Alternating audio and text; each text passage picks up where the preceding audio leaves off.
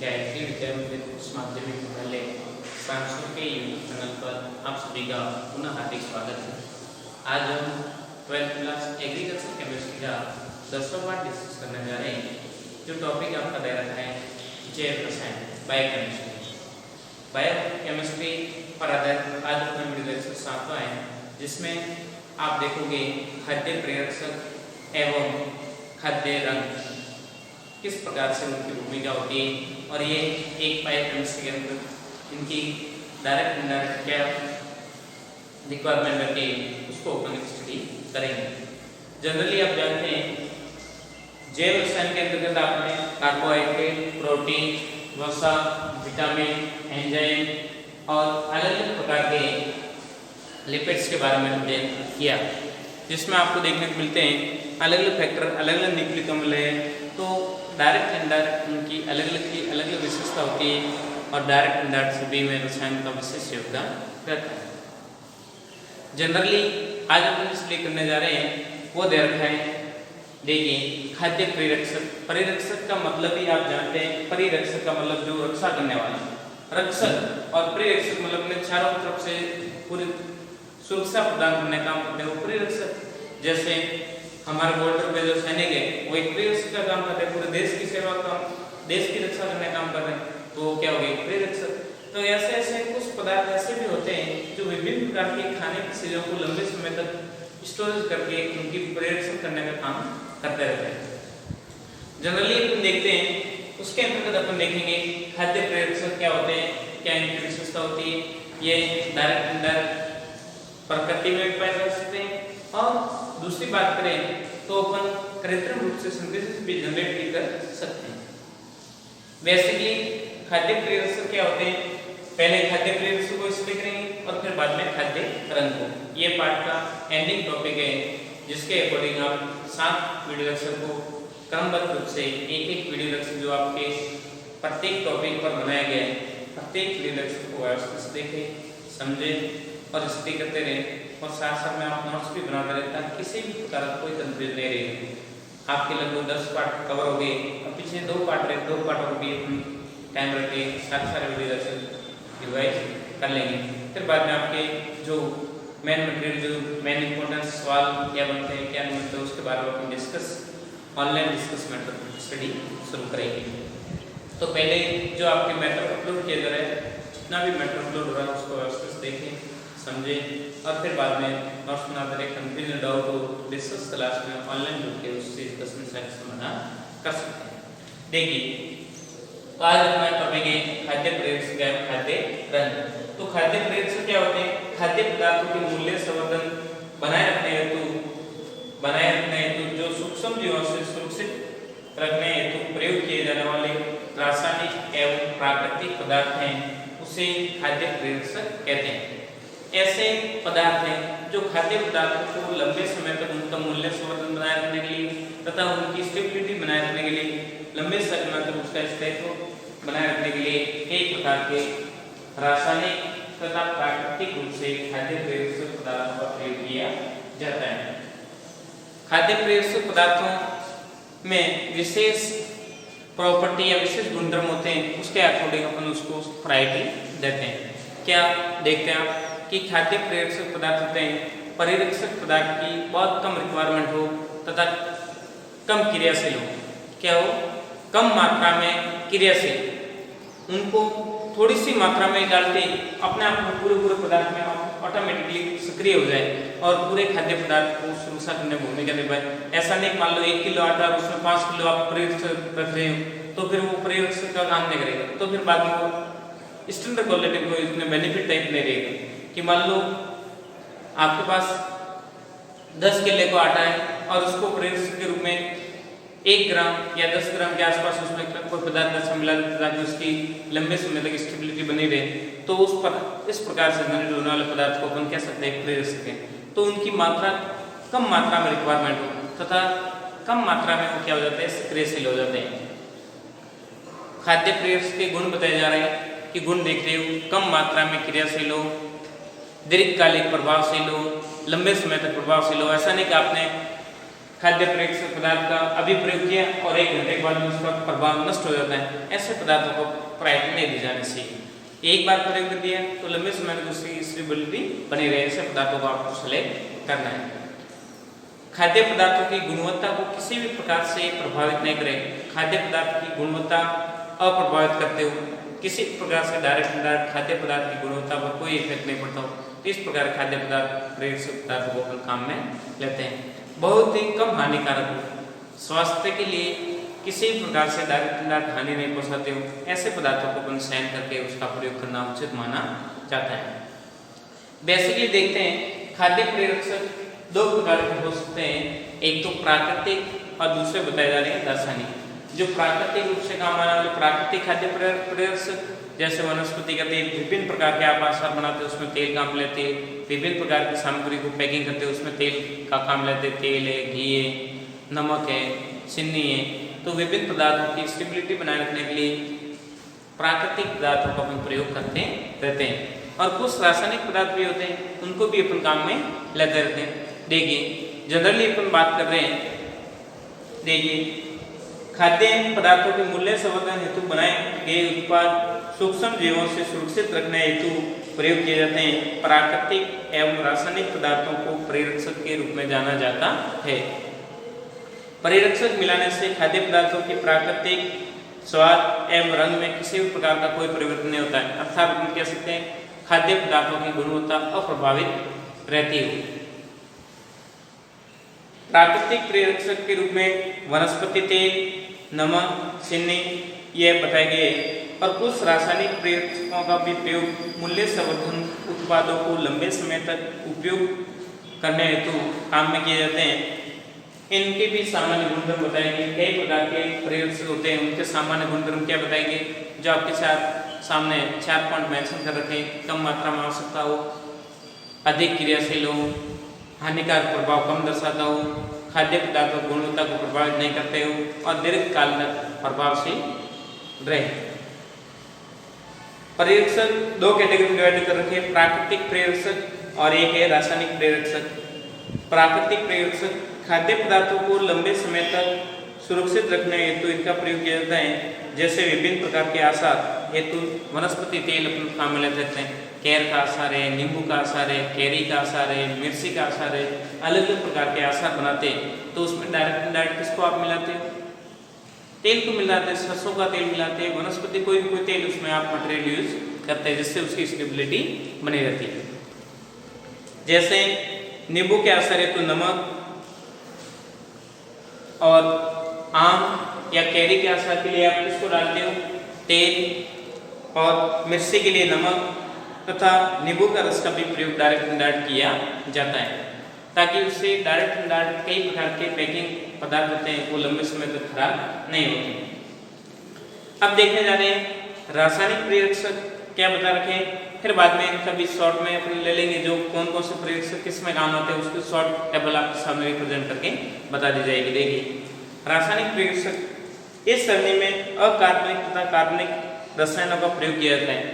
रासायनिक प्रेरक में अपन कार्बनिक तथा अकार्बनिक रासायनिक पदार्थों का प्रयोग किया जाता है। बेसिकली हम जानते हैं अकार्बनिक रसायन में सल्फर डाइऑक्साइड, क्लोरीन गैस द्वारा कटे हुए फल, मांस, मछली आदि को प्रेषित किया जाता है। कई प्रकार के ऐसे पदार्थ होते हैं जिनकी वजह से लंबे समय तक मांस है, कटे हुए फल है खराब नहीं होते, सल्फर डाइऑक्साइड है, अलग अलग गैसों का प्रयोग करके उसको स्टेबिलिटी बनाई जा सकती है।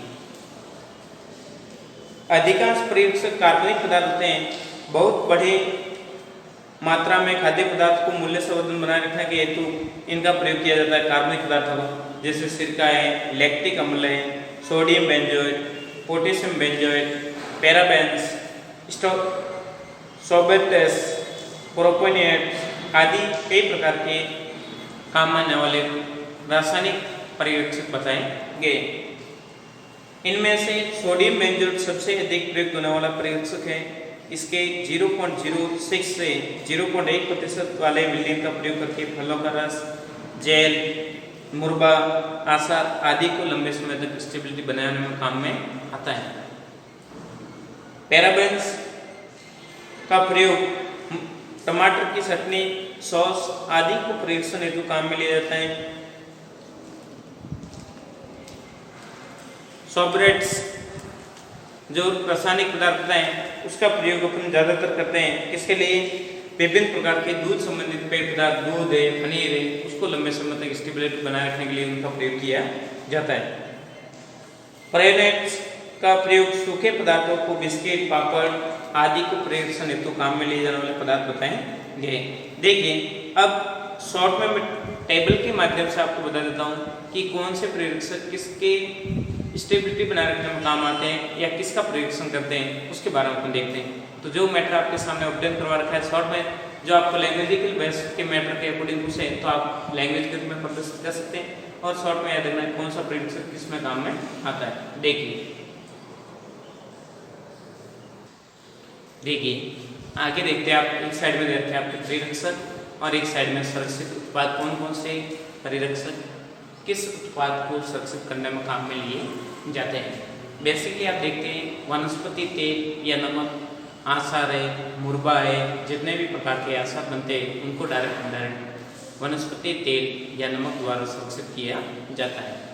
चीनी मिठाइयों को संरक्षण में काम आती है। मिठाइयों को लंबे समय तक स्टेबिलिटी बनाने के लिए जैसे रसगुल्ले, मावा है, मिष्ठान है, इनकी स्टेबिलिटी तथा इनको सुरक्षित करने में किसकी भूमिका रहती है? चीनी की। तब आपने देखा होगा मैक्सिमम जितनी भी प्रकार की मिठाई बनती है उसमें चीनी का प्रयोग किया जाता है। गुड़ का प्रयोग क्यों नहीं करते हैं? क्योंकि गुड़ का किण्वन हो जाता है और वो जल्दी खराब होने की संभावना रहती है। आगे देखते हैं सिरका एवं लैक्टिक अम्ल का प्रयोग मुख्यतः तेल रहित आसार होते हैं। कई प्रकार के ऐसे आसार होते हैं जिसमें तेल का प्रयोग नहीं होता है, तो उनके लिए डायरेक्ट को काम में लेते रहते हैं। सल्फर डाइऑक्साइड तथा क्लोरीन गैस का प्रयोग डायरेक्ट इनडायरेक्ट कटे हुए फल तथा मांस, मछली आदि को सुरक्षित करने में काम में लेते हैं।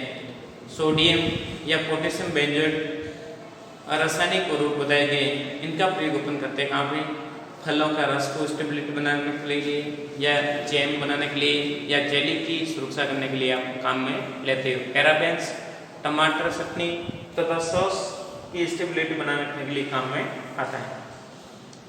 सॉर्बेट्स दूध तथा पनीर उत्पादों को संरक्षित करता है और प्रोपियोनेट्स ये बिस्किट, पापड़, खिसिया आदि को खराब होने से बचाने में काम में लिया जाने वाला रासायनिक पदार्थ बताया गया। तो ये थे आपके खाद्य पदार्थ को परीक्षण करने वाले विभिन्न प्रकार के यौगिक जिनके बारे में आपने स्टडी की। अब अपन अगले चैप्टर में देख रहे हैं, अगले बिंदु में देखने जा रहे हैं, वो है आपके खाद्य रंग। खाद्य रंगों की क्या भूमिका होती है, किस प्रकार से काम आते हैं, तो खाद्य रंगों के बारे में विस्तार से स्टडी करेंगे। तो जो आपके सामने मटेरियल एक बार ऑब्जर्व करवा रखा है, इंपॉर्टेंट बात है, कई बार आपके कंपटीशन एग्जाम में पूछता है कि टमाटर या सॉस की चटनी के लिए कौन सा निम्न में से परीक्षक काम में आता है। वहाँ पे दे दो सोडियम बेंजोएट, पैराबेन्स, सॉर्बेट्स और प्रोपेनेट, तो वहाँ पे आपको ऑप्शन सेलेक्ट करना पड़ता है, तो वहाँ पे ध्यान दें पैराबेन्स को दिमाग में रखें। तो ऐसे कई प्रकार के छोटे छोटे प्रश्न इस पार्ट से बनते हुए कंपटीशन एग्जाम के से आपके मेंशन होते रहते हैं, दिमाग बात रहेगी। आगे अपन देखने जा रहे हैं खाद्य रंग। खाद्य रंगों को अपन क्यों प्रयोग करते हैं? हर चीज़ की डेकोरेटिव ही क्या दुनिया में आजकल डेकोरेटिव जितनी अधिक होगी उतनी पब्लिसिटी अधिक होती है। अपन को पब्लिसिटी बनाए रखने के लिए, पब्लिक को अट्रैक्ट करने के लिए विभिन्न प्रकार की डेकोरेटिव करना नेसेसरी हो जाती है। बाकी आप घर पे भी मिठाई बना सकते हैं और एक बाजार की मिठाई बनाते हैं। बाजार की मिठाई को अट्रैक्ट लोग क्यों होते हैं?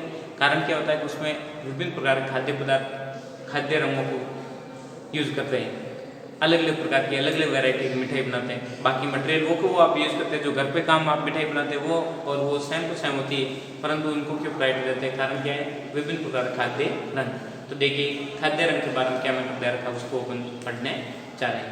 तो जो मैटर आपने स्क्रीनशॉट ले लिया होगा, आगे देखते हैं अपन खाद्य रंग को। देखिए आगे आप देख रहे हैं खाद्य रंग, ये प्राकृतिक एवं रासायनिक पदार्थ हो सकते हैं।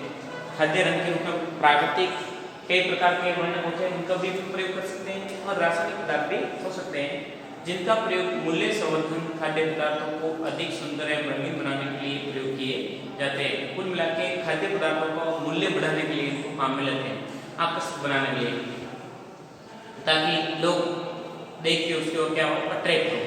अपन जैसे नए कपड़े पहनते हैं तो क्यों पहनते हैं? नए कपड़े पहनने का कारण क्या है कि अपने रूप और गुणवत्ता को बढ़ाने के लिए, ताकि एकदम सुंदर दिखे, एकदम अट्रैक्टिव दिखे। तो साथ साथ खेल वैसे वैसे खाद्य पदार्थों को भी अलग अलग रंग प्रदान करने से क्या होगी, उनकी गुणवत्ता बढ़ जाती है और पब्लिक क्या होती है, अट्रैक्ट होता है कि ये पदार्थ कैसा होगा, मिठाई वो की वो, और उसके ऊपर कलर की डिजाइनिंग करके आपके सामने रख देते हैं। तो फिर आपको अंदर की फीलिंग आती है, मतलब ये पदार्थ अच्छा होगा, इसको खा लो, थोड़ा ये खा लो। जैसे छोटे बच्चों का आपने देखा होगा कि चॉकलेट अलग अलग कलर की आती है और उनके सामने रख देते हैं, तो अलग अलग कलर को चूज करते हुए मतलब जिद करते हो मुझे ये लेनी ये लेनी।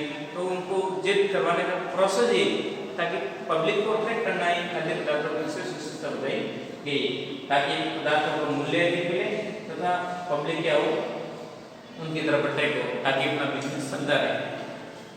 खाद्य पदार्थ हानिकारक रहित होने से यह ध्यान रहे कि खाद्य पदार्थ आप काम में ले रहे हो, खाद्य रंग जो भी वो बहुत कम हानिकारक हो, हानिकारक रहित होने से तथा खाद्य पदार्थों की गुणवत्ता को किसी प्रकार से प्रभावित नहीं करें, ये ध्यान में रखते हुए आप खाद्य रंगों को प्रायोरिटी प्रदान करें। दूसरी बात, WHO के अनुसार खाद्य रंग के रूप में फलदार रंजक जैसे एजो रंजक के रूप में लाल, नारंगी, हरा, पीला, नीला अलग प्रकार के खाद्य रंग उपलब्ध है, उन्हीं का प्रयोग करें और उसी के अनुसार काम में लें। प्राकृतिक खाद्य रंग जैसे कैरोटीन, केसर, चुकंदर आदि काम में लेते हैं अपन। कैरोटीन गाजर, लाल एकदम गाजर का अपना हलवा बनाते हो, अपना नेसेसरी ऑटोमेटिकली गाजर का हलवा क्या मतलब लाल बनता है, आपको उसमें कोई डालना पड़ता है कि लाल रंग वाला रंग कुछ नहीं डालते, ऑटोमेटिकली बन जाता है। केसर है, दूध को कभी एक बार आपने देखा होगा, दूध को पीलापन करने के लिए थोड़ी सी मात्रा केसर की डाल के दूध अपने आप क्या जाएगा, पीला एकदम।